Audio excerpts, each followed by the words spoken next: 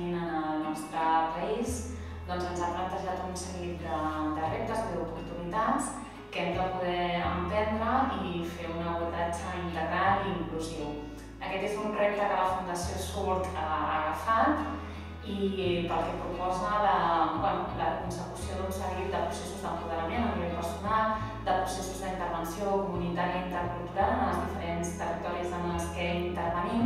i aposta per una metodologia que inclogui una doble mirada, que és la mirada de gènere i la mirada d'interculturalitat. Quan nosaltres parlem d'interculturalitat ens estem referint a processos de comunicació, a processos de relació, d'interacció entre persones que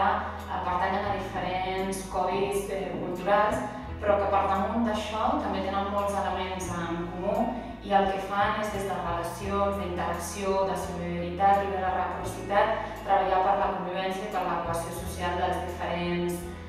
barris, ciutats del nostre país. Les eines que ens permeten identificar els elements de desigualtat i de discriminació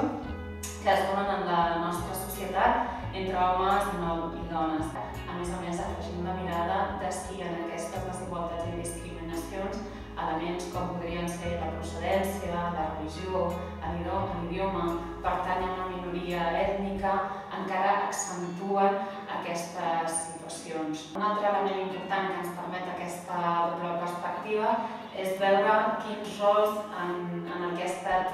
la història s'han atribuït a dones i homes i com això ha afectat a la capacitat de participació d'uns i d'altres en diferents esferes de la vida quotidiana de les persones. L'important és considerar la diferència com un valor que enriqueix a uns i altres. És imprescindible poder incorporar en les metodologies de treball i d'abordatge d'aquesta nova realitat social, una realitat molt diversa, poder aplicar aquesta doble mirada, aquesta doble visió que inclogui el gènere i que inclogui la interculturalitat com a elements claus a l'hora de treballar per la convivència i la cohesió social del nostre